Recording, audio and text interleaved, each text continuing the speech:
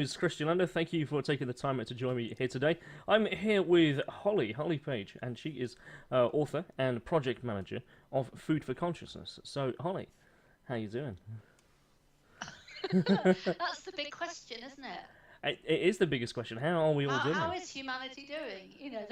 You've just hit it on the head. How is humanity doing? I think humanity is in a very it's in a very confused place. I don't think it quite knows what it's doing or where it's going. Perhaps that's intentional. It's split. So it's never a simple. It's not really a simple answer, is it? Split. Absolutely. Yeah. And I guess that our lives are in so many different directions. We have to focus on. Do we work so hard that we have to pay the bills to just to keep the roof over our head, or can we live off the grid? Can we do all this kind of crazy stuff and not have that worry? But then again, you're thinking about your family, your children, and what they've got coming in, and what's going on in their lives. You realise that we're so spread out that we never have much focus on ourselves anymore. Yeah, or perhaps, so we're straight into it, aren't we? We've gone straight in. And I say Perhaps we focus on have. ourselves. And I don't know about that. I think sometimes the problem is we've got too much focus on ourselves. And, and that's why I'm going to sort of be a bit of a, sort of, how shall I put it, sort of stir things up a bit and say, good. well, actually, self-obsession of self-absorption is a problem of our time. And it's like there is something about being focused outward, but the confusion is because what's going on around us so much of the time is so crazy that the answer then seems to be to focus inward. But I would say it's focusing on the mind of nature. It's focusing our minds on the mind of nature. Okay. Yeah. I guess engaging in a larger mind. Well, it's like a collective consciousness kind of thing. I probably wouldn't put it that way because that can imply. It sounds like a collection of human consciousnesses, doesn't it? What does collective consciousness mean? That's a very good question. Collective consciousness, I would figure, would mean people working collectively as I guess a community would be one way of putting it. But I would say that unless it's connected to the mind of nature, it's bound to be disharmonious and ultimately fail. And we see this again and again. And this is the problem. Because even if you've got a community in nature, unless the human minds are connected to the minds of nature, it's how can I put it? It's not working towards sustainable goals. So, what kind of I was going to say, so just literally right on that point. So, sustainable goals. I mean, are we talking about resources of the planet there? Are we talking about our own resources, our personal possessions, as it were? And what did you mean by that? Connected to our true purpose. Okay. And on that, do you think we've all got a purpose then? Yeah, I think we've got individual purposes, but we've also our true purpose is aligned to a greater purpose. Okay. And then we get into a territory it's quite difficult to choose what words to use because people use different words for this kind of thing. Yeah, I guess I would figure. But part of the web of, where we play our part in the web of life. So we have an individual life and an individual role, individual purposes, but very much enmeshed in the greater scheme of things. And how can you put it? The web of life, connected to the life force, connected to source, aligned to the earth. There's so many ways to describe this. I mean, I can almost see it and feel it, but sometimes it feels so real for me that I underestimate the necessity of spelling it out. Yeah. But I think that's the problem for humans, that they're lost because they're lost in their own selves, and that's a really unhappy, lonely place to be. And to be forever trying to make ourselves bigger is an exhausting thing to be doing. Make ourselves bigger and more important, rather than to lose ourselves in something that is bigger than us. If you see what I mean. Yeah, it's a very interesting perspective actually. Kind of, while it's okay to be, I guess, introspective on oneself, and what effect are you having on the greater world and the life. I think it's getting quite dark where you are. I can see the light fading. Dark. Do you want me to have a light on so you can it'd be lovely. See me on the video? Yeah. Is that a bit better? It's much better. Yeah, I just was noticing you from the moment we first began talking. The light was just getting darker and darker and darker. Yeah. So, I haven't pre-planned what I'm going to say, Me so we're neither. just going with the conversation. But, we're talking about intention and purpose. And I would say, the number one goal is to find our true purpose. And if we don't know our true purpose, then our purpose is to find our purpose. And we find that by connection That's an the interesting mind way of of putting it. nature. If you don't have a purpose, then your purpose literally is to find your purpose. I really I like that. think that has to be the starting point. And the thing is about having a purpose is, you see, you can't have freedom without a purpose. This is a mistake people make, because if you're having freedom from things, that isn't freedom. It's just like the old thing about don't think about an elephant. All you can think about is an elephant. The only way you can be free is to be free to do something. Yeah, I get that. So it's you're You free can't to be do. free from anything because you're still in it. Of course, yeah. So it's logical, it makes sense. It's obvious when you think about it. So then, what are you free for? And it's you're free for your true purpose, which is aligned to your true desires. Now that's it's very difficult for us in these current times, because our sense of what our desires is continually manipulated, and it's been going on for a while. So we're confused about what our true desires are. And do you think so then, like, just confused about our desires and our wants because we've got a lot of distractions there? I think. Yeah. So where you're going And with then that? I mean, they're deliberately manipulated as well. But also, we are to a level disconnected from our feelings, and there's sort of reasons for this that go way back. And this is the thing. I think this is what makes what I talk about a bit different to what the other stuff you'll hear around in terms of nutrition or politics and all this kind of stuff, because I'm basing this on a very basic understanding of what has happened to the human sense of self related to what has happened to the human brain. And there is plenty of research that backs this up. There's plenty of data that backs this up.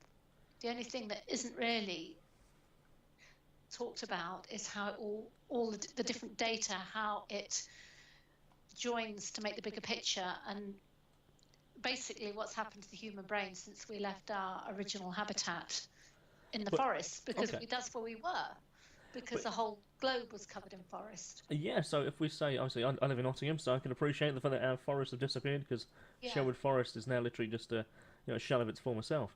So I can take that straight on board. Yeah, what I see. The forest, as you know, I actually grew up in Sherwood in Nottingham. Really? Oh, you did? Yeah, I can remember you mentioning that, actually. In Sherwood, and I didn't realise till long after I left that actually that was the southern reaches of Sherwood Forest. Yeah, absolutely. It really was Sherwood Forest, but we knew, it's just a suburb. It was just housing and factories and shops. But the thing is, our indigenous habitat as humans is warm forest, where and that stands to reason. Where our shelter was provided, and we didn't, everything was provided for us. We learnt to live in different kinds of climates since we left that kind of environment. But there's very little dispute that our original home was tropical forest. Okay, so humans, we're quite inventive. We're quite a lot of ingenuity in this. So we've learned to adapt to our changing environment. So even on the cycle of the wheel of the year, you obviously go through the different weather cycles from an abundant summer through autumn with everything dying off, then winter where everything's bare and naked. Again, spring where it all is rebirthed again. So it's no wonder why our ancestors, saw that as their base tradition really isn't to follow the wheel of the year. So although that might be a comparatively recent thing, and it's highly likely that humans started out in non-seasonal tropical forest where we actually didn't have those seasons. So it was kind of like a year-long experience of the same weather? We could maintain our ideal diet and lifestyle throughout the year, Because I guess if you look at... I don't know where you would particularly choose to base that... so on a worldwide basis, then where would be the perfect place for us to be? I mean, at one point in history, then would we say that was like the tropics of so what was the Sahara, which was an abundant forest? Non-seasonal forest, non-seasonal tropical forest, and of course climates changed a lot at various times. Of course, yeah. And it's difficult to know exactly, where that non-seasonal tropical forest existed at any particular point in time, but it does still exist today, and it has always existed. I'm just going to turn my phone off. Sorry, I forgot to do that. That's all right. So it doesn't interrupt at any point. Sorry. Don't worry, it's fine. Don't apologise, it's fine. Just put it on airplane mode, can't I? Be okay. Yeah.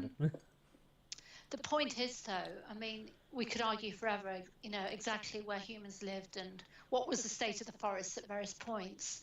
But the point is that, like any other species, we do have an ideal diet. I mean, it doesn't mean it's all, you know, laid out what time we must eat exactly what, but we do have an ideal range of foods that nourishes us and gives us certain nutrients. And there's not really any other species that could deviate from their natural diet the way humans have done, and even survive and reproduce. That is an incredible feat when you think about it, because what you've said is incredible. Yeah, it is the range of human foods. Like to go into a supermarket, for instance, you see the breadth of stock that's available for a person to have and to consume in various forms. And when you look at like the natural diet, you know, we're talking about nuts, berries, you know, fruits of the forest. Exactly. And grasses, and then a lot more than, you know, because in a forest environment, it's not like picking off supermarket shelves. There's all kinds of nutrients in there that we wouldn't even think of. You know, for example, you're picking fruit in nature, and there's going to be a lot of insect material in there, and you're going to have various bits of things from the soil and various deposits of, you know, so insect eggs and goodness knows what. And sorry, I lost the train of thought for a moment. Yeah, but also because, you know, before the human decline, our digestive systems worked much more efficiently. So we'd be able to digest all the seeds in these fruits and break them down. You know, and nowadays, you know, this is why blending is so great, you know, because you can start to replicate the same kind of process. But we have an immensely varied diet. There's an anthropologist called Catherine Milton who's looked at what primates eat in the wild. That's the species who are most similar to us. Yeah. And concluded that, you know, they are getting 50 times the amount of micronutrients as a human civilization. Than say we are. So what does their diet primarily consist of? Do you know at all? Well, I suppose it varies from species, but, you know, obviously there's fruits and various leaves and vegetation and herbs and insects and possibly eggs and, you know, and obviously the seeds that come with the fruits. Of course. That's the kind of thing. You know, I'm talking very broadly speaking. Yeah, of course. You know, when I talk about ideal human diet, I break it down and say, well, fruit is our number one food. But there's lots of reasons why we can't eat a predominantly fruit-based diet today, or most people can't, because there's a quality of the fruit. The fact if it's imported, it's not ripened because it ripens. It needs to be tree ripened to have all the minerals. It's going to be lacking in minerals. It's not going to contain everything that would have come with it in the forest. No, I guess what I see in my head there is that if I go to the supermarket now and I go to the produce, the fruit and vegetable section, you can see all the bananas they have on sale are green, and that they're strictly speaking, they're not actually ready to eat.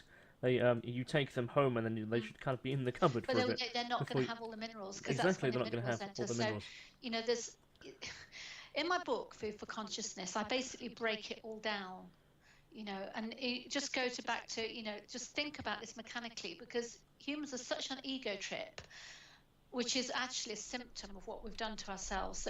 It's the ego is just something that's become disconnected from our true needs and from reality and everything around us, and it has this kind of delusion that it's above it all, and it you know, doesn't have to sustain itself in the way that other species do, or even a machine would. We think we're even, you know, we just think we're way above it all, and it's a fantasy.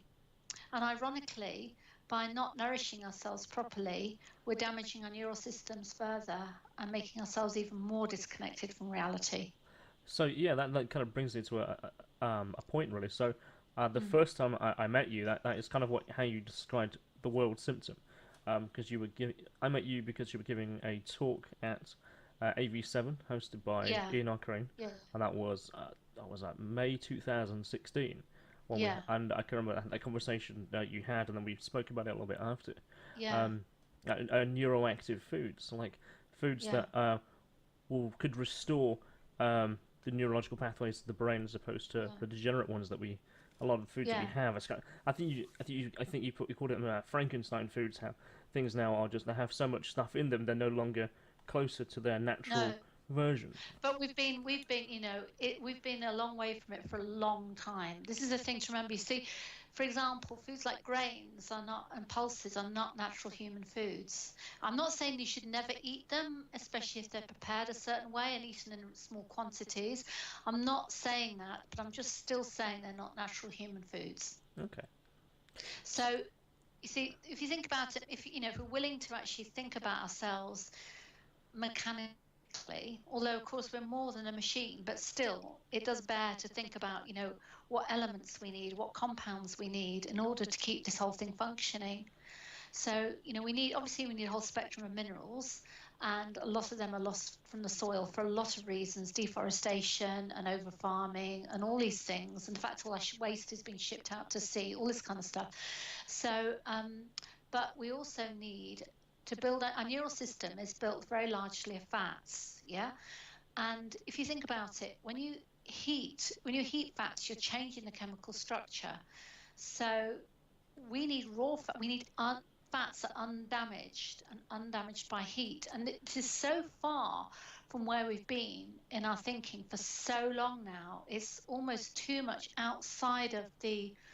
It's too much outside the box for people to actually look at. It's just too weird. But cooking is a survival mechanism. It's a survival method. It's when we left, for whatever reason, our ideal habitat, we discovered that we could prepare foods that weren't ideal for us by heating them, or later by fermenting them to make them edible, so they're not too toxic for us. And this has gone on so long, it's become normal in our thinking. So I guess we've evolutionary gone along with those changes, and therefore we've had to keep those foods with us. Well, I don't think our bodies are massively adapted to them, but if you're living in somewhere that's a long way from, nowadays the situation has changed because we can start to ship foods around the world, even though they don't arrive in ideal condition. We can eat tropical fruits from other countries. We can ship, various seeds around the world as various superfoods. But humans survived, before this was possible by only eating local foods. And that's good in a way, but often these weren't ideal foods, but they learnt to prepare them in such a way, or piggybacking off other species who were in their ideal habitat, by using, I'm not saying it's wrong to do this, I'm just observing what's happened.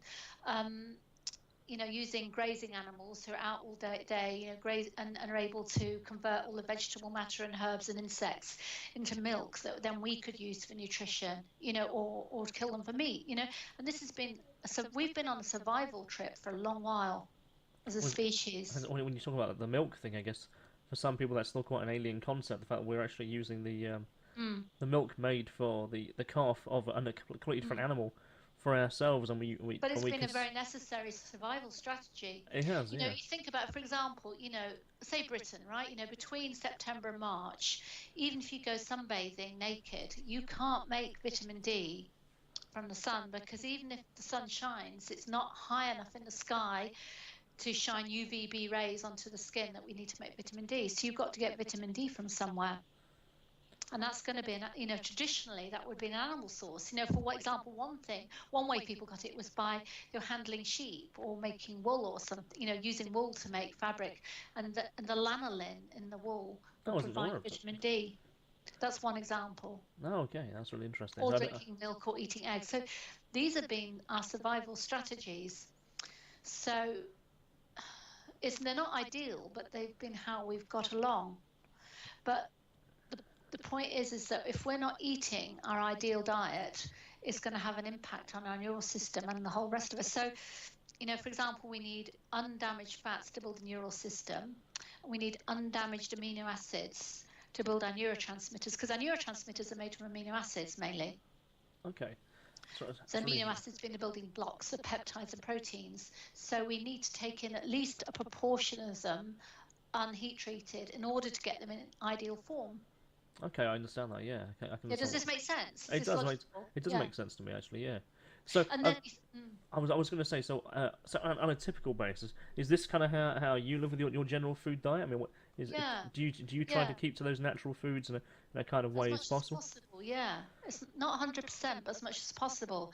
And it's interesting. We just, before we did this interview, talking about, at the weekend, my daughter had a party, and I actually did deviate quite massively, which I Did you wouldn't have some normally cake? do. Yeah, and I really felt it.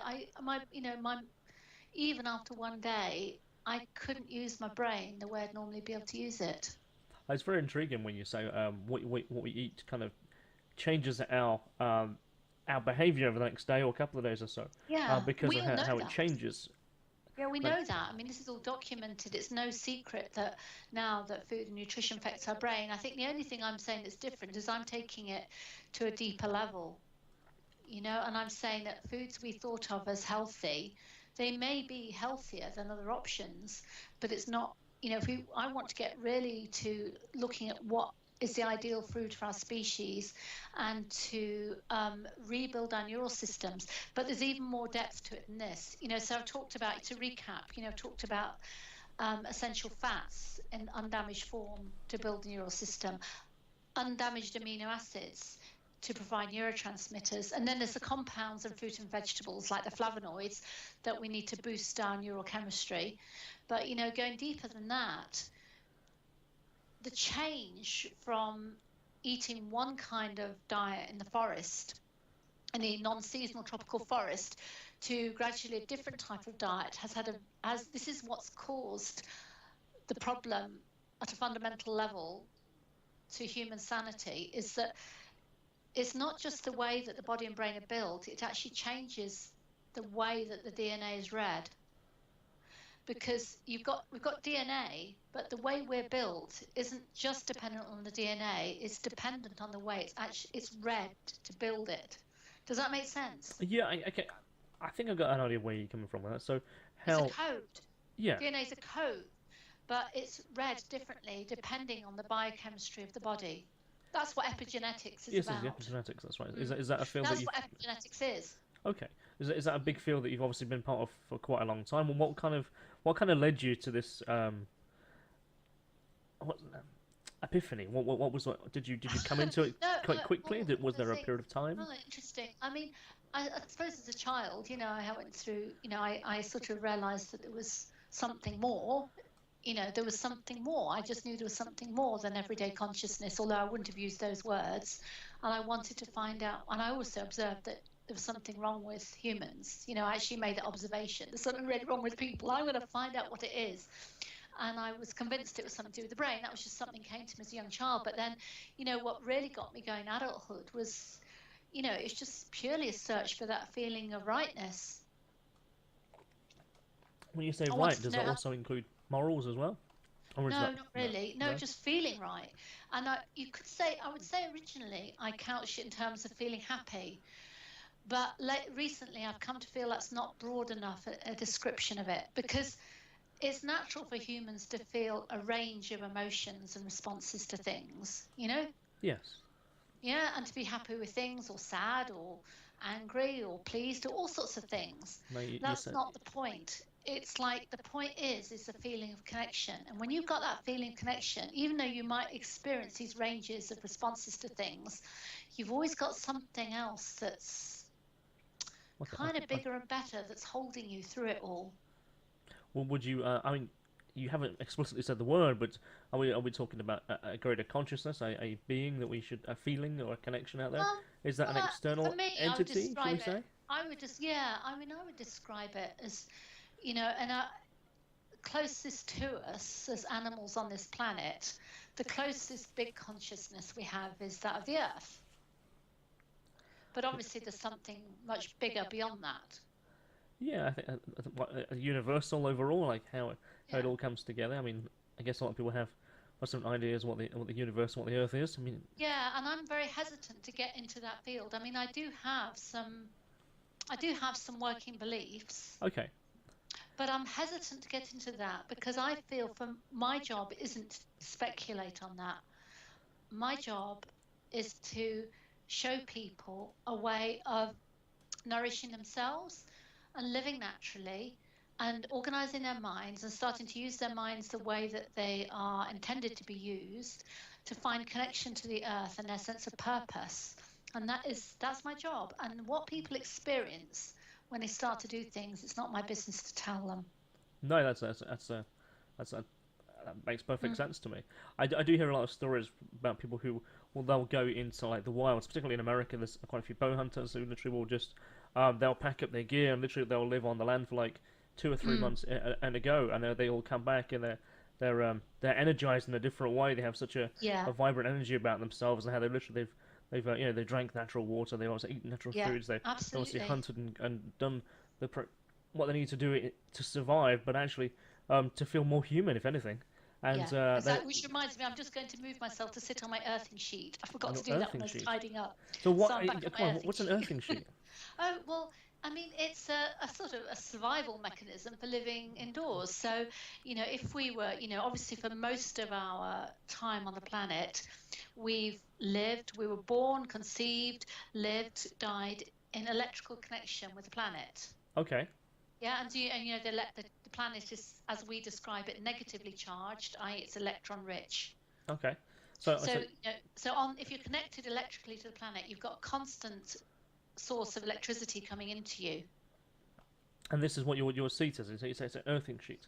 So it's like, obviously, ideally, it'd be nice to do that, but I'm here in Devon now, and it's cold and rainy outside, and I'm on a computer, so I'm not doing that, am I? But no. A survival method. I use when I'm working, I usually sit on an earthing plush pad, which is the same principle as an earthing sheet, but it's a cloth sheet with silver wires going through it, and it connects. You connect through a plug into the earthing connection of the house. Wow, I didn't even know such things existed. And then I would so recommend it. You love it. You'll see the difference, and it connects you. I mean, in Britain, we're fortunate that most houses are very well earthed. They are, yeah, very much so, yeah. So you can connect right through into the earth, but in some other places, you might choose to use a grounding rod instead. So you'd stick it outside into the ground outside. Wow, never even occurred to me how you do such a thing. So much difference, and the health benefits, because you see, the thing is, people are astonished at all these chronic conditions that can just magically clear up when you do this. But if you think we're designed to be connected electrically in a certain way. What's that? Walking like barefoot on the grass, for instance. We have a connection to the earth. If you have a computer and you never bother to charge it up, and it started playing up, you would realise you needed to plug it in sometimes. Absolutely. And the same is actually you get an electrical current when you're connected to the earth. And it's not just grounding, it's actually charging you. And we're meant to be charging that way. And I'll add to this, you think, it's no dispute that our brains are electrical. If we're designed to run an electrical connection to the earth and we stop doing that, that is going to change our thoughts. Wow. It's obvious, isn't it? I mean, is that obvious or not? It does seem obvious. It really does seem. You take the most simple route from A to B, and you get the right answer. So, if say people were to try and get one of these earthing sheets, where would I even go to look for one? Well, I think we have them on foodforconsciousness.co.uk. Okay. But there are plenty of other sources, and if anyone wants to ask me, they feel free to email me. Yeah, I mean, we do supply earthing sheets, mouse mats, and plush pads. Okay, so let's talk about I would say be careful to go for cheap ones that you can get online, because some of them aren't properly made. Okay, so let's talk about your website. If you don't want to get them off us, I can still advise you where to get them. Absolutely fantastic. So with your website then, Food for Consciousness, so let's have a quick look at that, because I did have it up in the background here. So, what kind of things do you have for? So what is your website about? I mean, it appears to be lots of different things in one place. I see you have many items for sale, and you've also a lot about your book and your ethos. If I was going to sell one thing off the site, I'd sell my book. I mean, we sell a selection of foods that are in alignment with what we think are, good things to eat. We sell earthing products. We sell the so-called Gia Cleanse, the orgone effects products, and they are, I would say everybody should have. Gia Cleanse is a simple device that you stick in a socket. It's a lifetime purchase. You buy it once, and what it does is it changes the electricity in the premises. It works through the wiring of your premises or house. Okay. And it changes, like in nature, you have negative ions, Right. so-called electrons. It's electron-rich in nature Okay. because the Earth is electrical. But in artificial environments, generally they're positively charged, so-called. That's just, I mean, this is just a convention of naming, Okay. They're positively charged, they're depleted in electrons, and this is the cause of a lot of problems and unhappiness, in indoor spaces. So this has been known about for a long, long, long, long while. But the Gia Cleanse, it changes the environment of the house so that it's full of negative ions, and it also harmonizes signals coming in like Wi-Fi, mobile mouse, smart meters, Okay. geopathic stress, and also emotional imprints from people who've previously been in the house. Right. So I've got the Gia Cleanse up on the page so everyone can see online what it is. And that is the most powerful of that range. In a way, I'm not really passionate about selling products, but I have these products. Well, I think there's a big difference about just selling things for the sake of selling them, actually selling things with a purpose that actually has an intent behind it. But actually, this thing Exactly. actually I think really that's good. its intent, because although I would love us all to be able to live without these things, right now it's not going to happen tomorrow for a lot of us. And while we're in these environments, we should protect ourselves. And the Gia Cleanse, I mean, how I found out about it is I actually walked into somebody's house. And I was like, because I'm very sensitive to electricity and atmosphere, and I said, what's happening here? Because it felt like being in nature. Wow. So I was going to say, how did you come across that in the first place? Yeah, I just knew there was something happening, and what is this? And I was told what it was. So how does it change? Like, because it says here by its description that it's organ resonance. Is that how you pronounce it? So that changes the energy the around guy it. who invented them, he's called Gerard Beanie. I'll send you a link after this Please do, interview thank you. to my interview with him. He's a genius. He's not going to reveal everything about how he makes them because it's a patent pending. Fair enough, He's okay. not revealing everything, not because he's devious, but because he's protecting himself. And, I have had so many, how it's difficult to get feedback from people, isn't it? People are busy.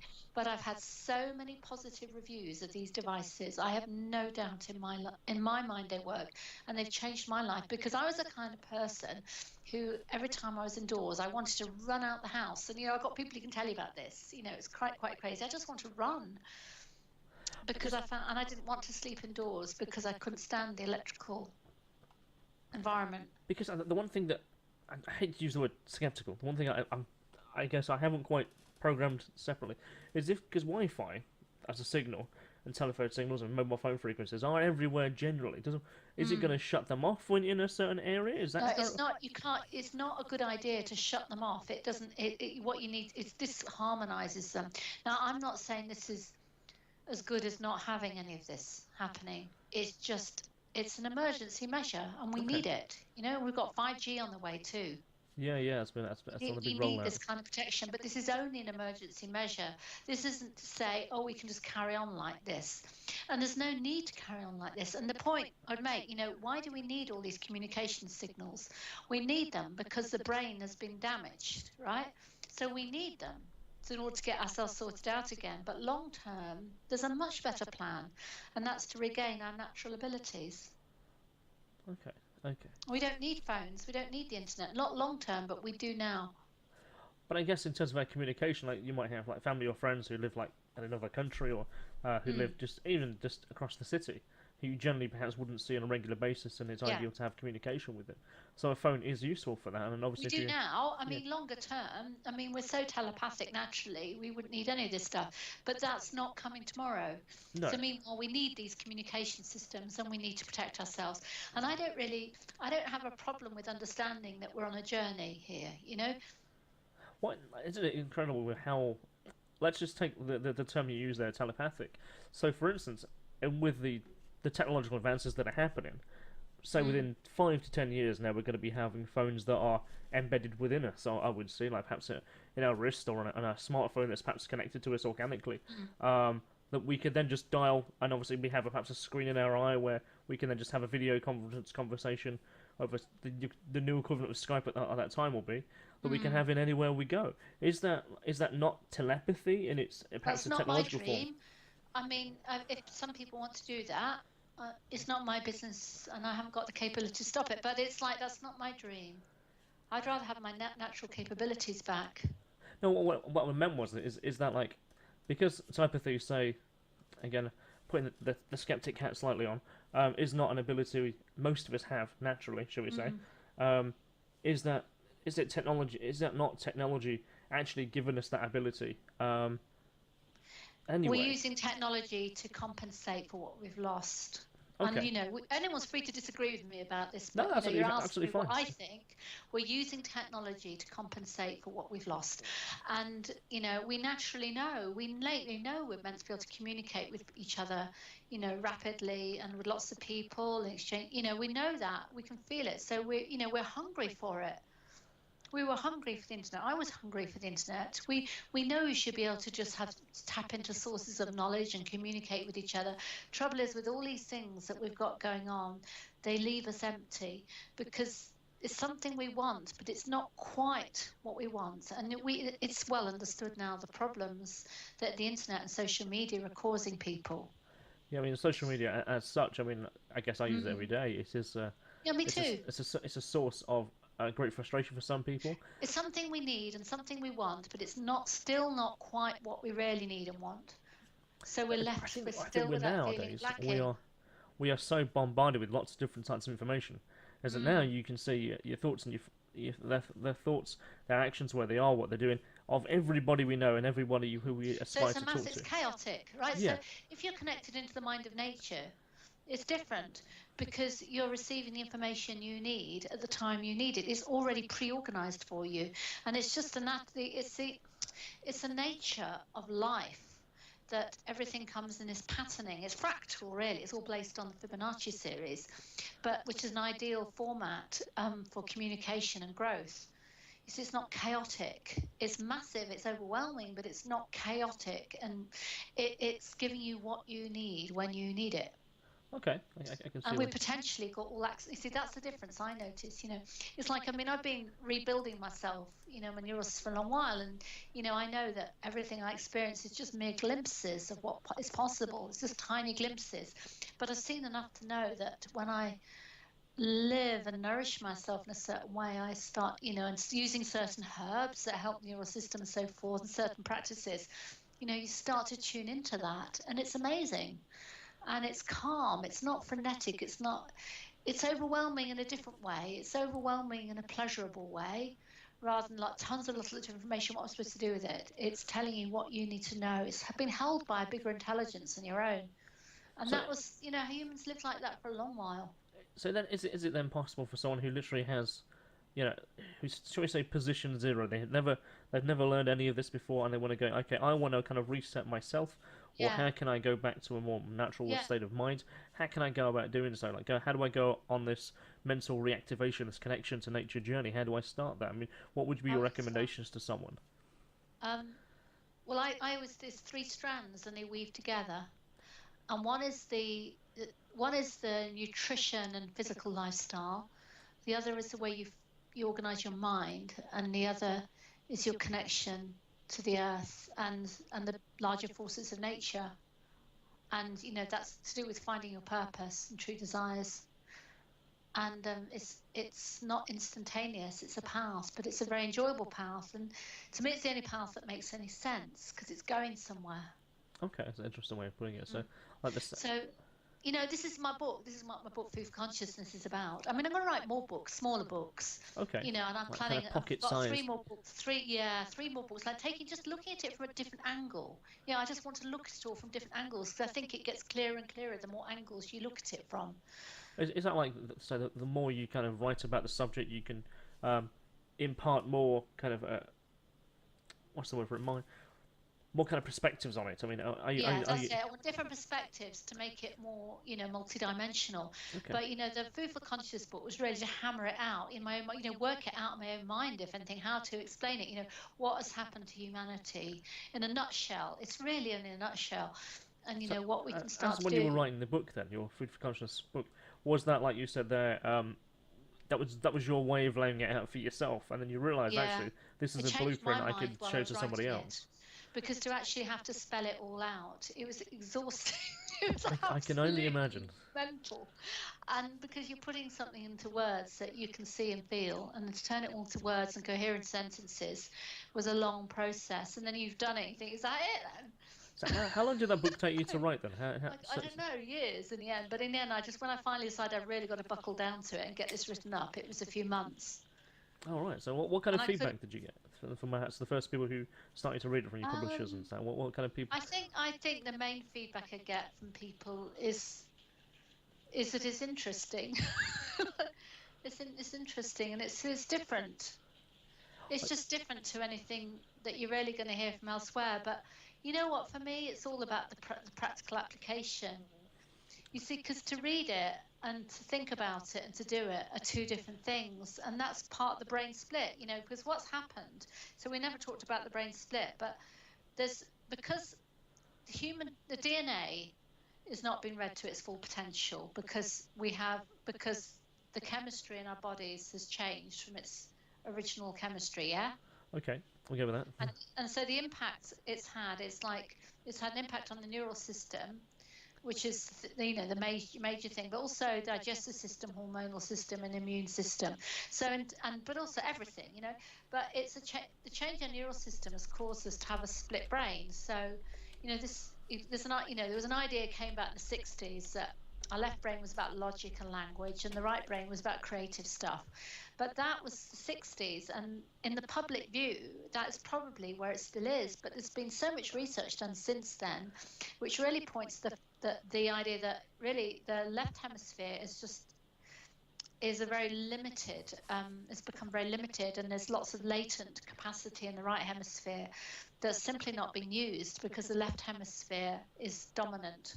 It's called cerebral dominance. Okay, nice to It's established scientific fact. This isn't something I've sort of drawn out of some new age movement or something. This is scientifically accepted that humans live in a condition of cerebral dominance. The left hemisphere is dominant, and more and more evidence is coming out that it's very limited in its capacities.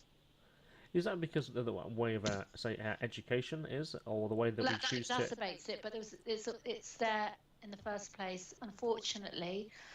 You see, and a lot of the spiritual traditions were designed to work with the condition, and try and sort of ameliorate it. For example, the traditions of like meditation and yoga and various dancing and music and, practices. Well, it's like an embrace of both physical activity and mental activity. Because obviously, the one thing I'm very conscious of is that we no longer seem to retain as much knowledge as we used to have because we write so much down. So if you look at the ancient texts, of course, based on oral traditions and those texts, the way that we used to speak and communicate was in vast volumes of information. I can see it. I'm quite liking your picture behind you, by the way. Oh yeah, that's from Mexico. It's on fig paper. I've forgotten the name of it. It's paper made from fig bark. Oh right, that's interesting. Figs are a really special food, so it means quite a lot to me. Yeah. And I love this song, and I just love birdsong. Wow. Okay. So. Anyway, you were saying we're talking about memory, and then you were saying something else, and I got distracted, so I didn't hear what it was. Okay, so in regards to memory, there are loads of people who appear to be a bit more tapped into that way of study, so they can increase their memory capacity. So it's always a better way of storing information. We think we're so clever because now we've got all this technology, and we thought we were so clever when we could write, and it was clever to do that, but we needed that because we'd lost our memories, so we had to write it all down. Don't think of it like that. We're so clever, we can paint. Oh, we're so clever, we can write. We're so clever, we can read. So why did we need all these things? I think there's Plato who describes about the more we commit to writing, and we take away from oral memory. But maybe we do need these things in order to get through this phase. Yeah, I agree with that. I think also the fact that, say, in the ways that we used to, say, write on stone tablets, or we used to write on the wall, and we started to write on paper, now we write digitally for a majority of our day-to-day life. I mean, whether it be that everything from our work-related aspects to how we write our diary, for instance, because I guess Facebook is now our new version of a journal. So if the internet goes down, or if we no longer have access to the internet or the cloud, do we have access to our own personal life anymore if we commit so much to that? And then the fear is of course, if that was to go down for whatever reason, whether it be just electricity goes down or we don't have access to power, do we then lose all of our history because we've committed so much to the digital way of life. Maybe, I suppose. So I'm really enjoying this conversation actually because it's just got a flow of its own. I was going to say maybe it wouldn't really matter. So what is so special about all this history anyway? It's like it's a bit of a, I mean, I would, for me personally, I'd look at it differently. I just think that it's been a disaster, and it's like it sounds like so negative, but it isn't really. It's just been some just sort of bizarre blip where humans have lost their minds. Do we really want to remember a lost weekend? Do we really ultimately? No, maybe not. Do you know what I mean? I haven't had those weekends for many, many years. Yeah, but you know what I'm saying? I do. I get where you come from with that. Humanity's gone on a lost weekend, and whether we'll be able to remember much of it all when we come out of it, I do wonder. I'm sure we could if we really racked our brains, but why would we want to? I really think humanity has gone a lost weekend, and I do really believe that we are capable of more. And and it's not just a belief; it's something I've seen enough glimpses of to know that there's something more. And I know that there's specific things you can do to move in that direction.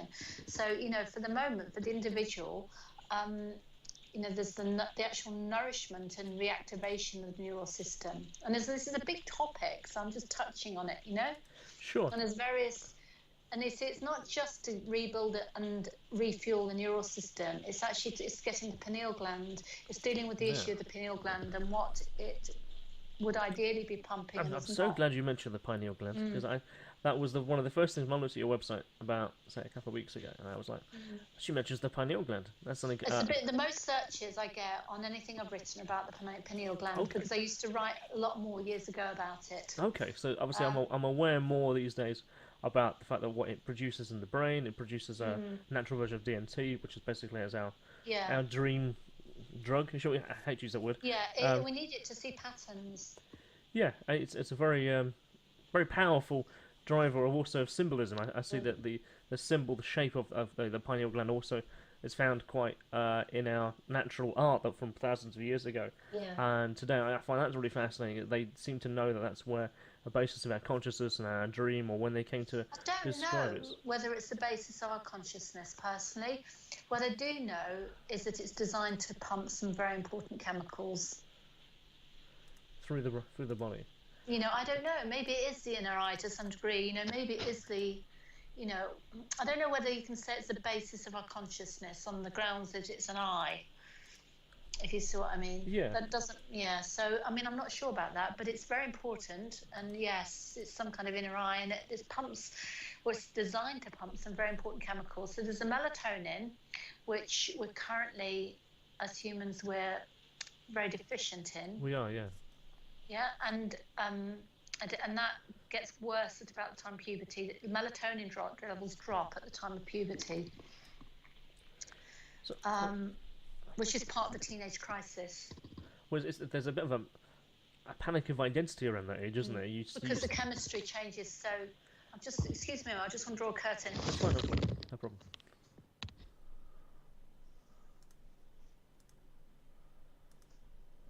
I can't seem to change this camera. If you think about it, if you lose melatonin's role, it's got. I mean, there's lots of things it does, like any chemical in the body, but it's important in the reading of the DNA. So, that's part of the reason one of the mechanisms that human DNA is not read to its full potential is the lack of melatonin, and that exacerbates at the time of puberty. So, but is that then not a natural process? If you not puberty as we know it, no. And you think about it, aging starts after that melatonin drop. I suppose it does actually, because that's when your body starts to go through. You think an aging is essential, but children aren't aging. Adolescents aren't aging. It's only after that melatonin drop. Also, what happens? The development of the brain slows. So it's limiting the size of the brain having that drop. But is that then not perhaps an intentional part of our biology to have that happen? From where? I don't know. I guess it would be how we've evolved to this point so far, is that there should be a certain drop. I don't know. It depends what you mean by evolution. I would say something's actually gone wrong. Okay. But that's my view on it. Yeah, that's the same with certain animals. I don't think it's some survival advantage to have a limited brain. So I was kind of wondering, I wonder if that's the same with animals. Do they have a puberty stage themselves, and then there's a drop off? Because that would be the way to compare it. I mean, yeah. I mean, there is something, but it's something quite extreme happens with humans. oh man, Something's quite different has happened to humans that's happened. someone's And gone if in there with a the other DNA species, surgical knife and knocked it off at a certain point in their because life. humans, I think maybe humans were able to break out of that puberty thing. You know, I mean, it's possible that humans could remain almost like eternal children. You know, maintain that playfulness all through life and that massive capacity for learning. And you know, the traditions talk about the times. You know, you've got mythology talking about the times when we were children. You know. Yeah, that's true. We stayed like children. My thoughts go in the nicest possible way. Of course, I completely understand. But so my thoughts were going to say, like, gymnasts, for instance. I watched a documentary a few years ago in regards to, I think it was the Ukrainian gymnast team, and they would actually give them chemicals to abstain their puberty, so they can maintain a thinner body, so their breasts don't grow. They maintain a slimmer figure and a smaller frame. And I kind of wonder, would that therefore be the same situation where we've intervened to kind of hold off puberty? And would that be is to give them, I don't know what chemicals they gave them. You can delay puberty by supplementing with melatonin. I'm not, by the way, you know, when I say these things, I'm not recommending anything to anybody. No, I'm just passing commentary. We're just exploring the conversation, so. You know, because anything we do is experimental. And you don't know what's going to happen if you experiment with these. I've done a heck of a lot of experimenting. Some of the experiments I'm really pleased with. Some of them I was thinking, well, actually I need to change that thing. But I think that the alternative is worse. And we're in the middle of this sort of experiment now, on the world that's clearly very dangerous already. So I'm not got too many worries about trying a different experiment. So talking of different experiments, again, I read on your site about something related but different. And you talk about neurotransmitters. You talked a lot about ancestral trauma. I saw that as much. So was that one of your experiments, or was an idea where you looked at? Well, I'm trying to think, I sometimes talk about it. But I'm trying to think which bit you were talking about. So I think the phrase looks at it says there are particular plant species that which can reset our neurotransmitters. Oh, you're talking about iboga, perhaps. Okay. Iboga? Yeah, because something I became because obviously I've been working with these methods for a long while, and it just seemed to me that it's so challenging. When you don't give up on life and humanity, and you just keep trying, and it's so challenging. And I was realising a lot of people, they could be having all sorts of amazing foods and herbs, and they could know that negative thinking was pointless, and yet couldn't stop. I mean, I think we all have that to some degree. Yeah. Yeah. And getting into conversations with people and realising that, there's no doubt that, people get addicted to it. And they're addicted to certain emotions. But even knowing that you're addicted to certain emotions doesn't mean you can kick them. No, and I think there's certain emotional cycles we like to keep ourselves in. And they're addicted, and it's like and there could be some trauma ancestrally, and it gets passed on in this manner, generation after generation, because the parents have to keep the same kind. They only know how to operate in certain emotional states. These are backed up by peptides. Peptides are the chemicals involved in this kind of thing. Yeah, I'm aware. Like you know about peptides. I do. I've tried to negate. Sorry, that negates the wrong word. Trying to relate that to my own experiences of how I can see my mother used to tell me about some experiences that her father did to her, and what she had told me about. He had said that his grandfather did to him, and so on. And those experiences have then come on. I'm going, okay, so how would I challenge that? And I guess I've thought for a long time about those things, because I've kind of had a mental kind of a perspective outwards about how to deal with that. So how to challenge and change those behaviours, because I don't wish to recreate them. So in not recreating them, do I then pass on to, say, my son or my daughter not those behaviours because I'm not doing them? It's very difficult, isn't it? Would you say? Is it fair to say? It is fair to say, very difficult. It's not as easy, and in certain patterns of emotion you get into. Yeah, there are. it's quite difficult to, but anyway, this is what I found out about, is that as iboga, I mean, iboga's become very, it was originally, it's an African, it was used in various parts of Africa for initiation rites and so forth, and then it was discovered that it could be used to kick drug addictions. I can see why that would be the case, yeah. But it also works about emotional addictions too. I think we all find ourselves in these like kind of loops, effectively. And it could be a childhood experience. How it just can cut through it. It's absolutely amazing. Yeah. It just is one of the most powerful things. It just resets. It resets the receptors and the neurotransmitter levels. That's really interesting. I think I definitely have a look into. So I've no doubt that plant medicines of various kinds, and there's probably more for us to discover, are a crucial part of this healing process. I just don't think we can get away from that. No, I don't think that's definitely the case. Definitely. We need them, and we need to find out more. And they're our allies. And our connection with plants. You see, we're designed. This is a really So I want to move on to one of my favourite topics. You see, so sort of recap on the pineal, right? So you've got the pineal biochemistry. Broadly speaking, so you've got tons of melatonin, bits of DMT, and monoamine oxidase inhibitors, which are basically chemicals which keep the neurotransmitter levels up, yeah? Yes. And pumped out by the pineal gland. So you've got all that chemistry that's meant to be going on that isn't going on to the same degree as it used to. Then we've got our own hormones as humans, and the sex hormones. So we've got all that going on. And then there's another load of powerful chemistry we're designed to have going on, and that's the plant chemistry. And that's just even in fruits, and just these sort of regular raw foods and fruits. There's immensely powerful chemistry. The only reason that we don't necessarily notice it when we eat a pile of fruit, I mean, I notice it, but I didn't used to, is we're just so numbed off with everything else that we've become oblivious to it. Also, is it like a sensitivity that you'll become more aware of, and then when you have something that perhaps is not that the case, you go, wait a minute, that feels very different. Yes, Dad. Yeah. And it's like, for me, like, it's quite interesting occasionally, I went off some, extracurricular eating at the weekend, and then I just, in the morning, I just ate a mango, and I was like, oh, I'm back again. I've got that connection again. I'm back.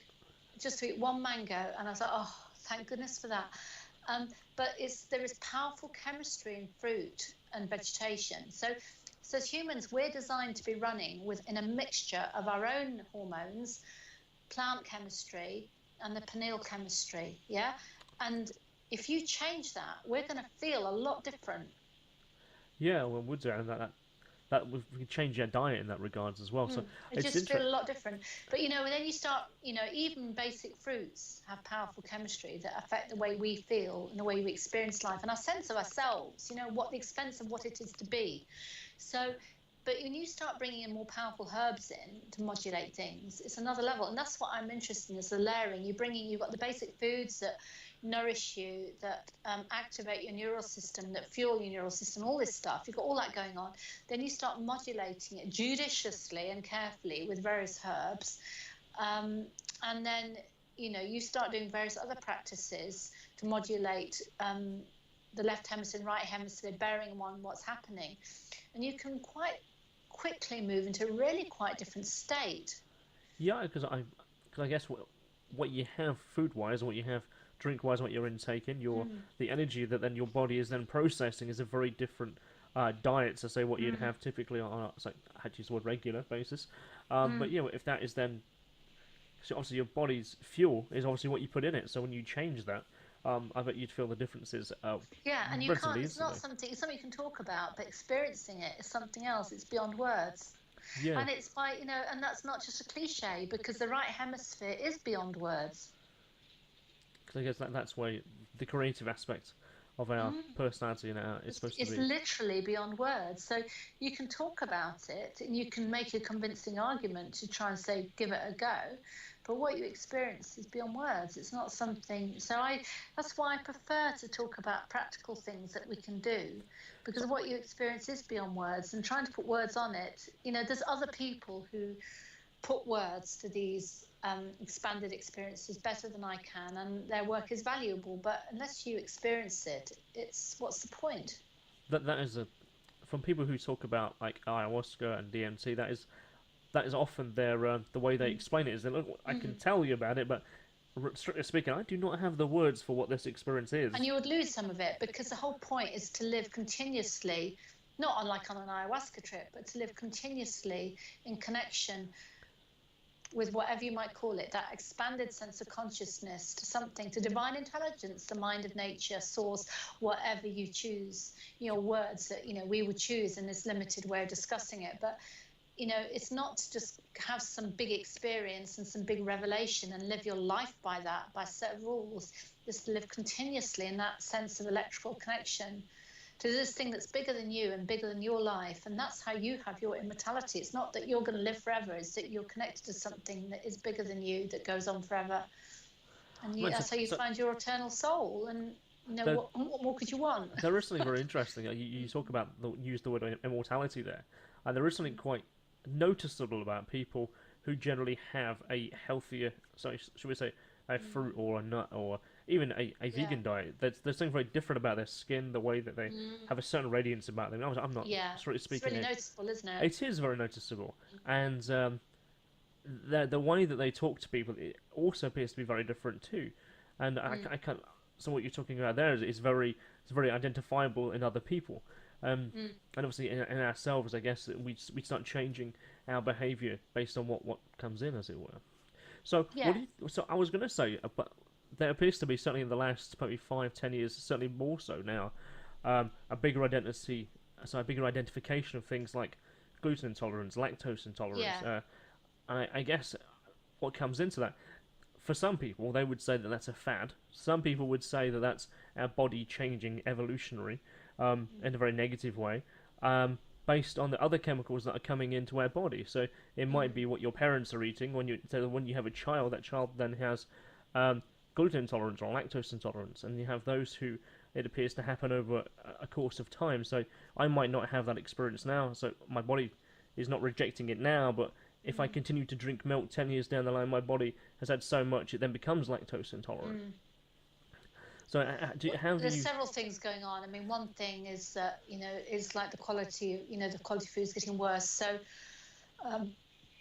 if, for example, although people have probably been wheat intolerant for a long while, when it's sprayed with, the kind of chemicals it's sprayed with now, there's going to be more of a reaction.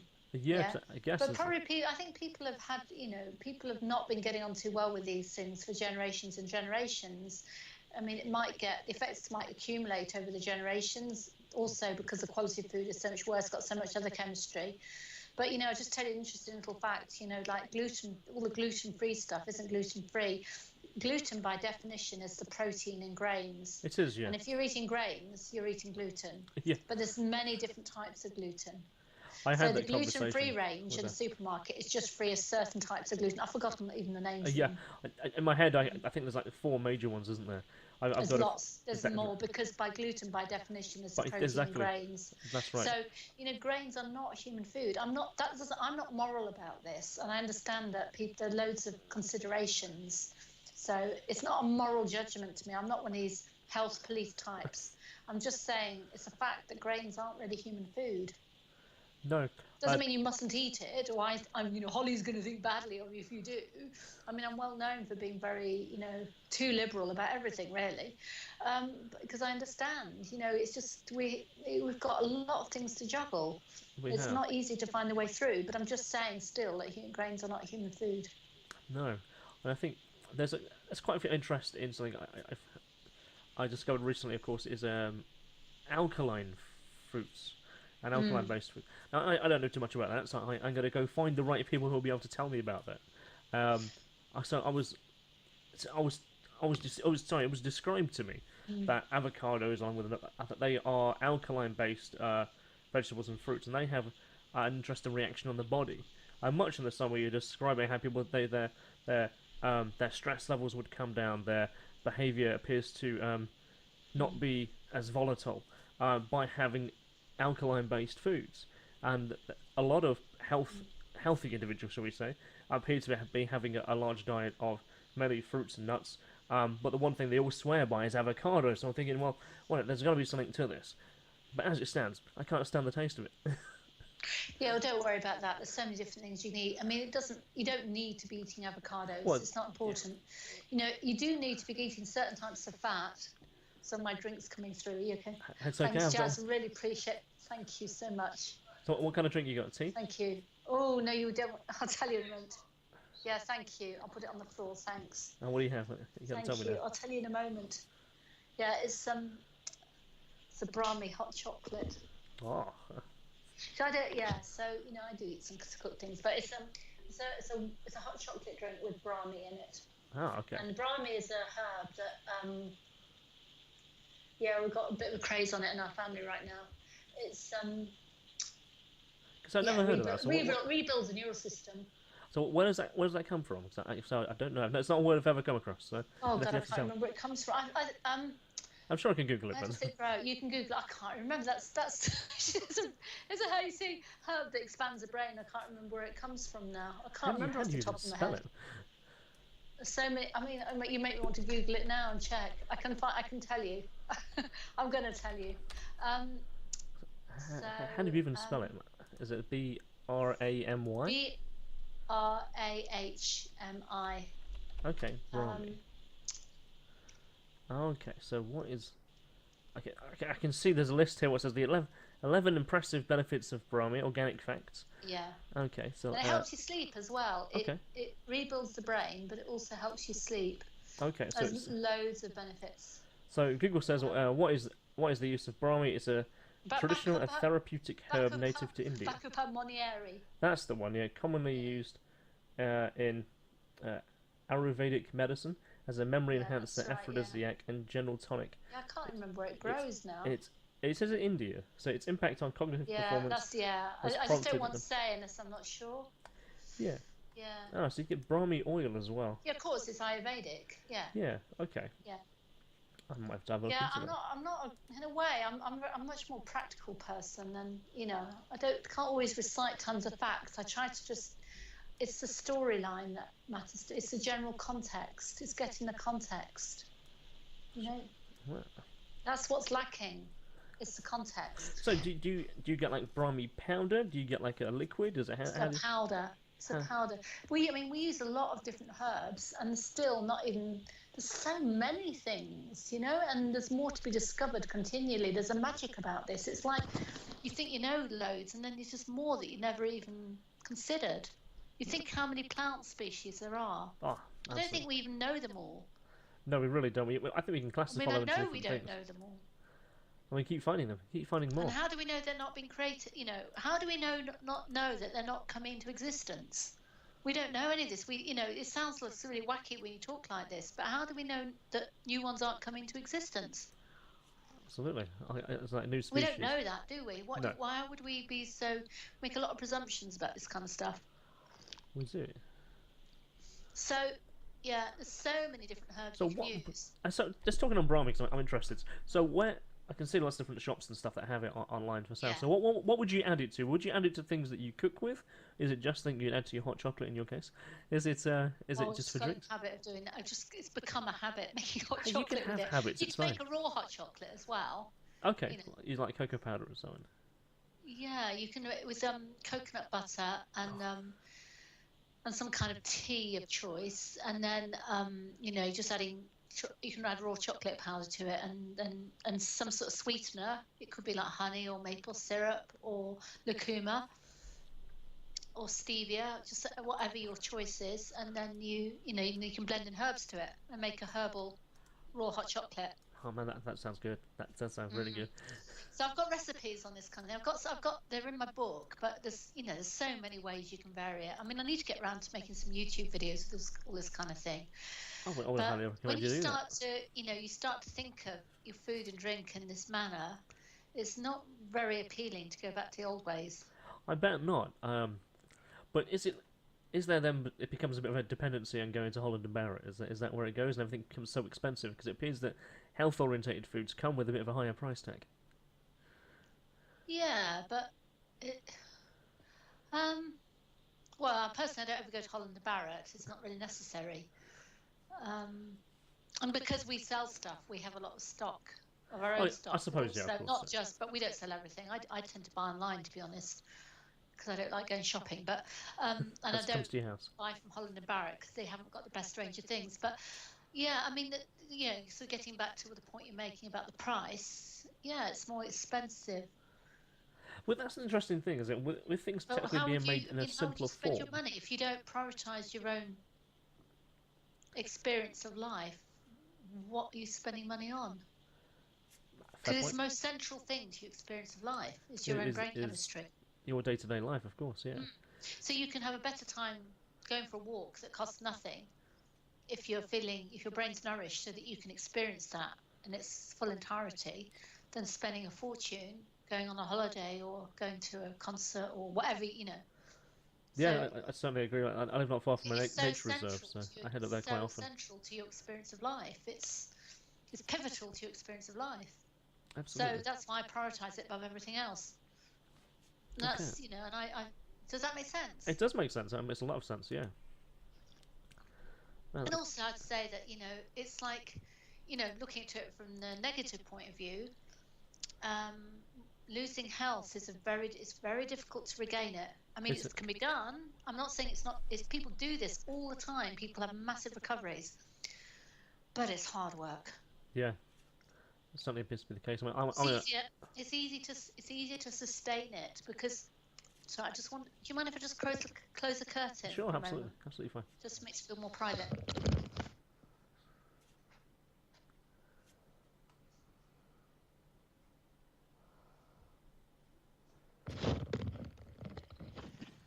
You there? Absolutely fine, right here. See how good life is depends on how we feel, and this is the most direct way of affecting how you feel. So I guess how you feel also depends. It then becomes it spreads out, it shares out, because that's how you deal with people. That's how you communicate to your family, and it starts to build your whole life, and you have more energy. Another thing to consider is that it varies from person to person, but it's not uncommon when you move to this way of eating to need 2 hours sleep less a night. So you've got a couple more hours in your day. You're more productive. You're more efficient. You're more capable. So you start to get a lot of you have your potential then. I'm intrigued at that point. So I found that so about a year ago, I utterly dropped dairy from my diet, apart from chocolate and Easter this year, and I found that I was a lot more energetic. I found that I was a lot more. I didn't need as much sleep. I would wake up fully refreshed, having only had 5 to 6 hours sleep.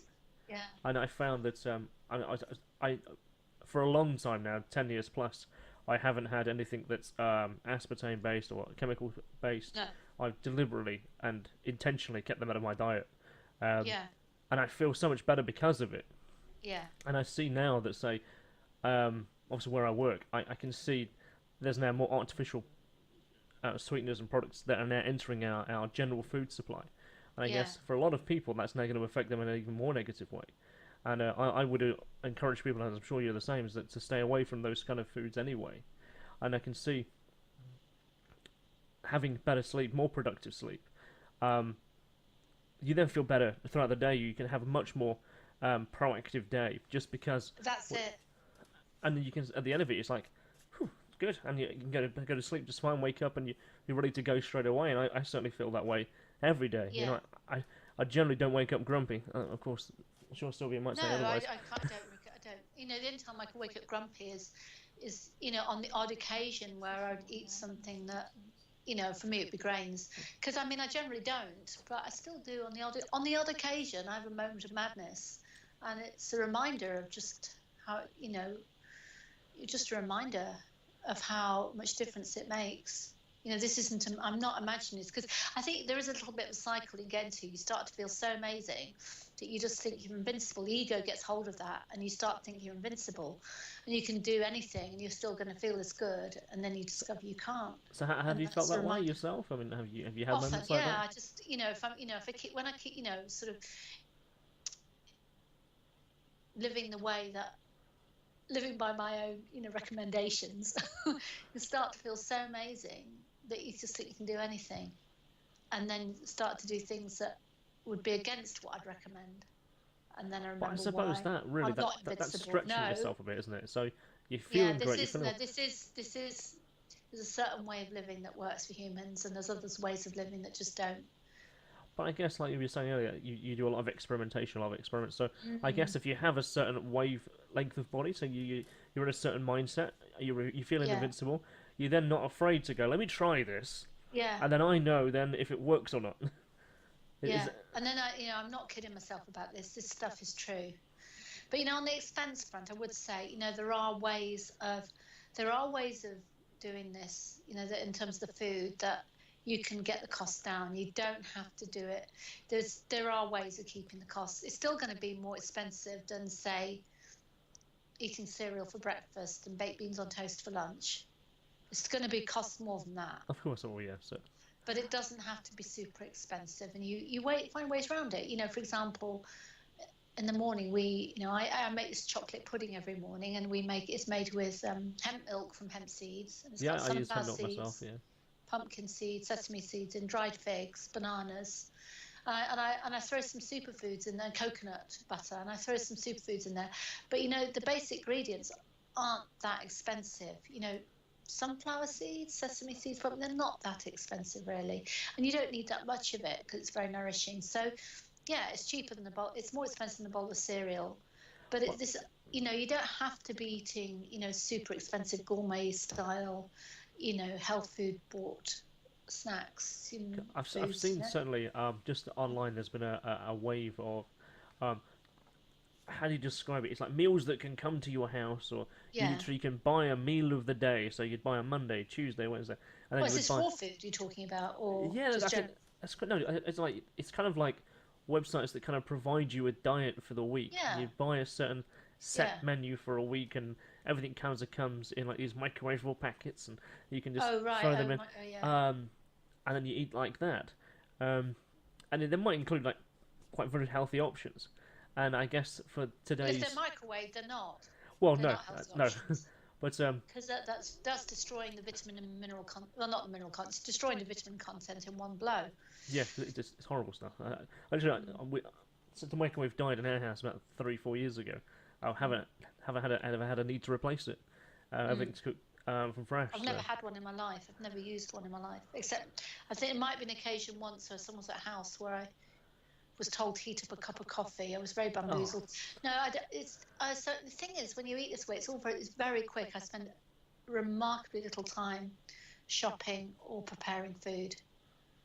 I There's suppose that just would be ways the of case. doing it. Yeah, It's just so simple. And what happens is, it, when I first got into raw food, I started making all sorts of elaborate food because I missed cooked food. Yeah, I okay, missed certain dishes that I was used to eating. Yeah, okay. but people told me you'll change, and I didn't really want to change, but I did change. And to me, there's more pleasure opening up a mango and eating it with a spoon out the skin than there would be to eat some fancy gourmet dessert. Yeah, There's actually literally more pleasure. I bet there is. Yeah, I mean, the But one. it's not. But it's not enforced. I wouldn't say to someone you should be like that, because it's not something that I made myself be like. It just happened naturally. It couldn't be helped. So what do you think about like pre-prepared fruits? Like you go to the supermarket, you find like a plastic package, and where there's about 8 fruits in there, like already pre-peeled, or you Yeah. get Well, like a it's clementine in obviously a it's packet. losing food value, isn't it? It is, yeah, But it's as on the run. I've done it.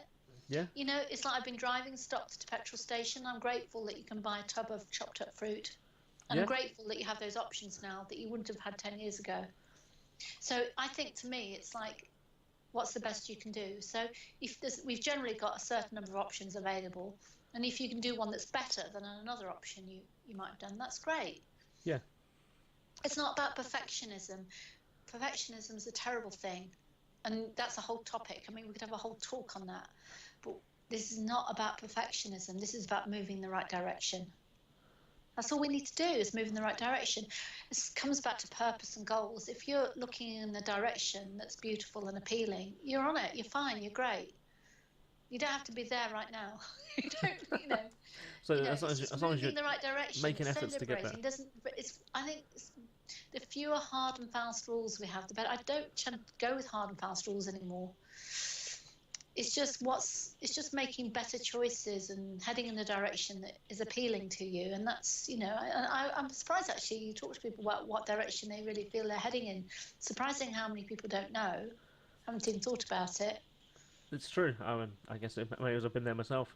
And I don't know what tomorrow's going to be, or a year down the line. No, we don't know things like that, but to have a general sense of where you're aimed. It's about aimed. It's not about knowing where you're going to be. It's about where you're aiming for. Absolutely. Having a sense of aim. That's different to mapping out in a dogmatic way what your goals are and what you've got to do to achieve them. Although you might have a bit of that in there. It's about the sense of aim, where you're pointing at. Yeah, absolutely. I understand. I feel that too. Yeah. You don't know because you can set off with an aim, and then just the very fact you've decided to have that aim, that starts to change things immediately. So then other things happen, and because there's obviously much larger forces in ourselves at work. So, that all starts to get stirred up. So you do one little thing, and then a whole heap of other stuff comes along that you wouldn't have ever seen coming. But it's the primary thing is about where are we actually heading? I was going to say, so from talking about where we're heading and what we're doing. So, again, from your website, I saw you have a bit of a long-term plan for a research centre. Is that right? That's the dream. Yeah. I mean, sometimes I think everybody's so crazy and everything's so complicated that just to be able to go back to land and just live simply would just do me. But ideally, I mean, that would be something to aim for. Is what it boils down to is really. There's a chance for humanity. There's a chance, and I want to go back. We're talking about I was talking to you about the chemistry in humans. This mix of hormones and pineal hormones and plant chemistry.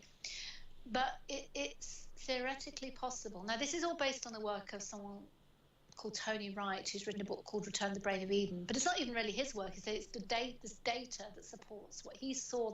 He saw the picture. And he put together the data that's already in existence. Right. Okay. And and it's pointed this, and a lot of what I talk about is the huge amount is based on what his findings. But I was looking for him, because I knew there was something I needed to know, and I was looking for the information, and I found him, and I found his website, and I found his work. So it wasn't. You see what I mean? I was already looking. You have to ask the question before you can get the answer. Sure, yeah, because you need to know what to put in your search browser. And the question is, what is wrong with people? Why aren't we happy? These are the questions. And then, and then I went on my trail and found raw food, and I found Tony's work. And, so I would just point, there's a book called Return to the Brain of Eden, which documents a lot of what I'm talking about. But, so is that the book that kind of changed your life in that respect? Is the diagnosis and is diagnosis of the condition and practical ideas of what we can do, and then I started trying them out, and they worked. And then I thought, this is real science. This is real research. Research isn't going on Google. Real scientific research is actually you try something out and see what happens, and then the next thing is you start to make predictions about. If you do something, what is likely to happen. And when you can make predictions about what will happen and it happens, then you're onto some sort of real science, yeah? So, and this is real scientific experimentation, Well, the scientific experimentation is the scientific method, isn't it? It's the case of, to hypothesize, to observe, to experiment, and then draw your conclusion. But this is doing it in the bigger field, the big laboratory of life, rather than in the little laboratory indoors. So the big laboratory of life, which is, of course, very complicated, but you can still do these experiments. And I found that, what he said bore out. So I started doing all these things, and I started to have certain experiences. And that's when I realised how big the consciousness of the Earth was. I didn't know that was going to happen. Wow. So... when you realise that the Earth has got a consciousness and you can communicate with it, but that came from that experience. And then you realise that you're connected to something, an intelligence that's way bigger than you and can help you. And then the life became very different. And I'm always kind of reluctant to talk about this kind of stuff because it'll start pushing the boundaries, and then you might think, oh, that's something I can't understand. And I can understand why you would say that. I can completely understand why you would say that, because it then becomes a different conversation. I hate to use the phrase straw man. It's then like another thing you put in the way that then... Sorry. it's like another thing then people have to talk about. And I like the way that you've done it. So Yeah. this is the But you important see, but side. it This is the is practical crucial side. because what eating natural foods provided by the earth connects you to the earth, and it's you can see it's like a mathematical patterning. It's because living things have a fractal structure. It's based on the golden ratio phi, the Fibonacci series. This is the pattern that you get in living things, and that pattern facilitates communication and growth. It's just a function of it. So when you're filling yourself with things that are in that pattern, you feel more communication, you feel more connection to the mind of nature.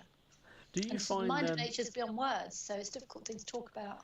Do you find that because, let's say, you described that your family, of course, has these things as well? Is everyone in, say, your immediate family, your household, also that way inclined as well? Do you find that you but not, I mean, to some degree, yeah. I mean, not to some degree.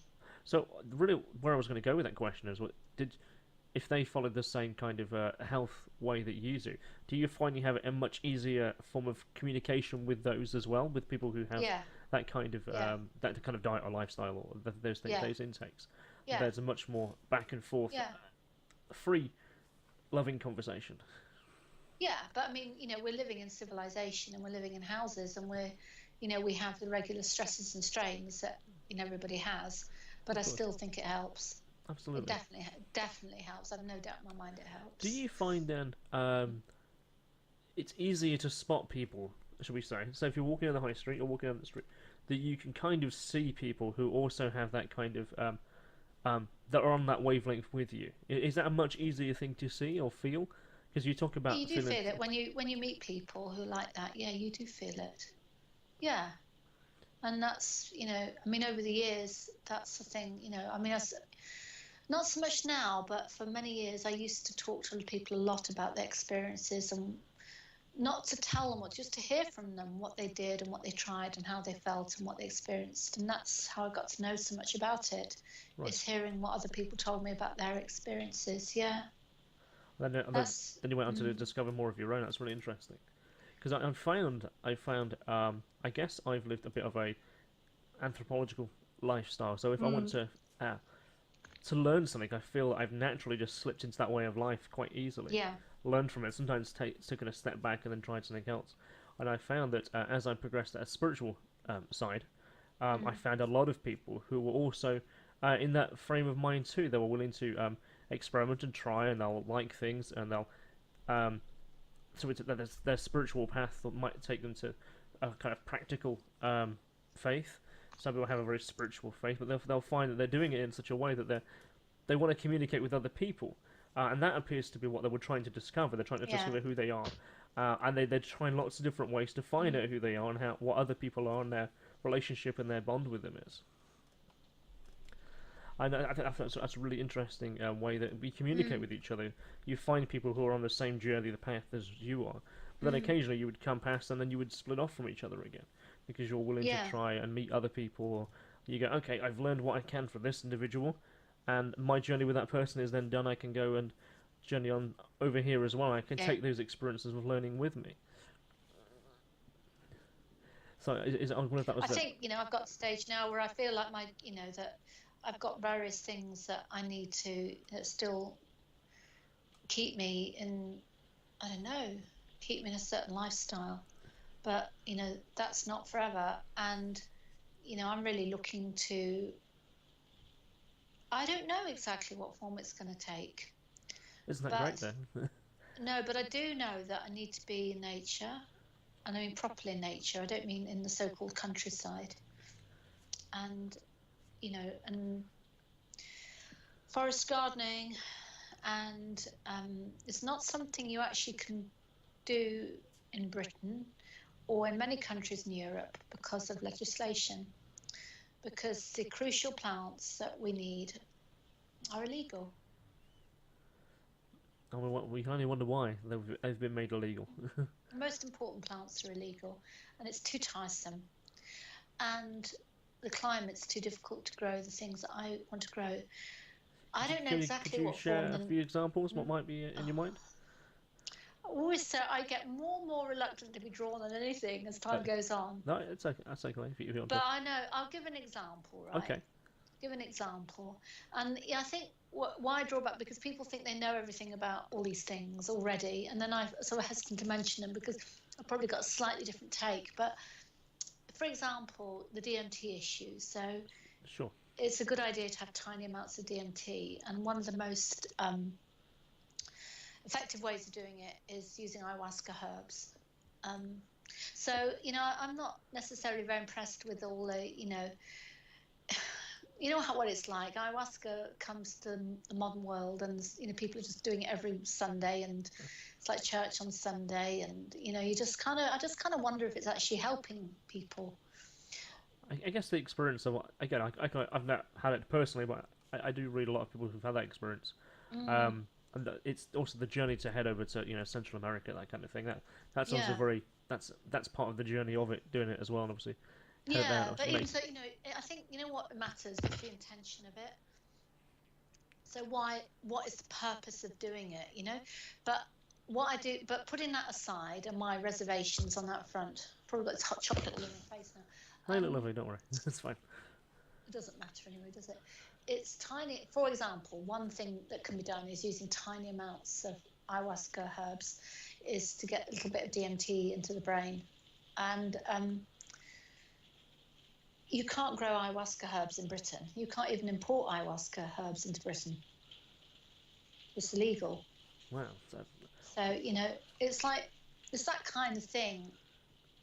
You wouldn't want to in Britain, but the point about any kind of project, this is the point. You could there's so many projects could be done. Maybe people do them. Maybe I will. I don't know exactly what I'm going to do, but these are the kind of projects that can be done.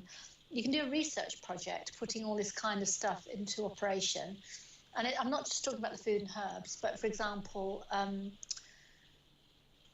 reducing the activity of the left hemisphere so that the right hemisphere function can come into play. I'm not saying, obviously, long term, humans could have their holistic brains back, and they could have a fully functional left hemisphere. But for humans who are already born, they're dealing with the fact that they've got a damaged left hemisphere. So we're talking about reducing the impact of the left hemisphere. But you see, and you could have projects doing all these kinds of things and sort of measuring people's abilities and documenting that. But there's another project that's way more important than that. I'm really speaking from my heart now, right? Sure. But there's another project that's way more important than that. And it's that potentially, if you've got a woman who conceives and carries a child, if she could have the ideal biochemistry while that's happening, she could have a child with a holistic brain again and the pineal gland working properly. I can see that. And potentially that's possible. I don't know if it's possible in one generation or it needs to be spread over 7 generations. I don't know how for sure, because this is a work in progress. But this kind of thing is at least in theory possible. I guess one way to observe that, of course, is to observe the cultures that use ayahuasca on a regular basis. But they're still, the thing is, people often idealise all these Amazonian societies and tribes in the jungle. And to be honest, it's not, and that's no insult to anyone, but honestly, they may in ways have their lives and personalities that are, that have got some, preferable in some ways to ours, but they've still got the same syndrome. Yeah. And people, like to idealize these cultures and romanticize it, but they have all sort of stuff going on that's remarkably similar to the kind of stuff we've got going on. Of course, yeah, the way they interact with each other, the challenges of the modern world. There are fights and envy and all kinds of stuff going on. Yeah, of course. And we came from the forest once, and we still managed to get us. So there had to be a problem in the first place, or it couldn't have gone so wrong. And we've got heaps to learn from these, from tribes who are still living in the forest. We've got heaps to learn from them. They've probably got stuff to learn from us too, because we're further along this crazy route. And they might think that things are a good idea that we already know are a terrible idea. Yeah, that's because we've tried them, and we've evolved from them and don't do those practices any longer. So what I was going to say is that it's potentially possible if you got the environment in a woman a certain way, in theory it's possible to produce a very different type of human who doesn't have any of the kind of problems, who wouldn't have to meditate and do yoga, and would eat appropriate diet for sure, but could have an intact whole brain, a pineal gland and hormonal system that works, and had a very different sense of self. You could have children born with a very different sense of self. Absolutely, I can see why that would be appealing. I guess as we, I hate to use the word evolve, but as we change, that perhaps is it the ideal way to move forward. But I would struggle to work out how we would do that right now. What else could we do? I don't know. The only thing that makes sense. It does make sense, and it's the only thing that really long term makes sense. The rest is just survival. It is, yeah. It's just survival in day to day, isn't it? I guess. Yeah. So we need to be doing something which is a bit more long term, and I guess that is the only thing that makes sense for the future. As a different type of human, because it's just all survival strategies, and it's all elaborate survival strategies otherwise. So that's what that's what food for consciousness is all about. Well, no, food for consciousness is about anything that gets us, that takes into account this condition we've got and what we are designed to be, and moves things from one state to the more direction where we want to be. But yeah, food for consciousness is literally food for consciousness. It's like the nourishment to get this state of mind back that we'd really like to be in. I actually used to have an expression for it. We move into a very different and profoundly preferable state of consciousness to the one that we have thought was normal. I forgot I had an expression, but I think it's probably on the website still. If I can find it, I'll be sure to. Yeah, it's a very different and profoundly preferable state of consciousness, and that it's how do you qualify it? You can only say we prefer it. Who's to say whether it's better or not? It's something we prefer. Yeah, to get into a state we would prefer to be in. That is a very good way to think about it. And I guess that when we look to the future, that is perhaps where we need to be. And then having new humans come into the world that we would prefer to be in the world. I like your thinking. That's certainly the way to go. We look at our future. So, Holly, do you want to round up with some details about yourself on our video? Actually, your web details have been shown. I'm probably looking at the ceiling most of the time while I'm talking, but that's just what I tend to do. I tend to sort of look. Thinking up towards where it's probably how you get. You start to remember what you want to talk about, isn't it? You're just looking up, and I can't really help that. So it probably looks a bit odd in an interview, but no, it looks absolutely fine, sweetheart. It's just what can you do? So what is there to say? I've got a website. Where to find your details? Anything you want to shout out about? Anything you want to talk about? And we'll wrap up. Well, at the moment, I've just got foodforconsciousness.co.uk, and you can get various foods and herbs. I highly recommend the Gia Cleanse products, really. And there's various, but also my book, Food for Consciousness, is there. You can also buy it it's on Amazon too. And I've got more books on the way, and I've got my own website, hollyjrpage.com. There's bits I'm adding to it bit by bit. Okay, well, that's not a bad thing, because you put to it when you feel it's important to do so. When I get time, actually. It's time. Right, it's overwhelming amounts of stuff, but it's literally when I get a moment to do it. Okay, so it's hollyjrpage.com and foodforconsciousness.co.uk. Holly, I appear to have lost your audio again. Can you hear me now? I can hear you now. Yeah. So the Food for Consciousness book gives the outline of it all, but I'm going to write more smaller books to come at it from different perspectives. Okay, that sounds wonderful. So that's what. And in the book, there's over 100 recipes. Oh, awesome. Because there's certainly some things that you've given me food for thought for to try. So they're all nice, they're all delicious, and they're all easy. Everything I do is easy, simple. It's none of this complicated, expensive ingredients and that kind of stuff. This is all the kind of stuff that, really you can probably, you can afford on a regular budget. It's all. I mean, I've done this on a regular budget. I've never had vast funds or anything to do it from. That sounds wonderful. I think everyone would Because that I guess would be is the most important thing. Is that what can you do on a budget? What can you do? You can do all of it. You do what you can do. That's what you do, because we're all in a pickle anyway. So you do what you can do, and then you build on that, and then you do something more. And that's all any of us can do, because the world's gone mad. So that's all you can do. Because the world's gone mad, It has. I mean, it has. It's not a secret anymore, is it? No, it certainly isn't. I think there's. Yeah. So all you can do is just do a bit where you are, and and that's really all you can do. But there's nothing. What else are you going to do? It's it's like that's the thing, isn't it? But I do believe this is our best chance for experiencing that feeling that I think most of us want to feel. Yeah. Okay then, Holly. I think we all want to feel that way. I think ideally we should bring to a close right here. Right. I think so. I think we've had a wonderful conversation, almost 2 hours, and I think we could have the many, time many more really hours. went, didn't it? It really has. Absolutely been lovely to talk to you. So for you this too. recording, Thank you. Let's end it now. Yeah. So thank you so much. Not a problem. I think we've had a wonderful kind of exploratory conversation where all the different places we can go.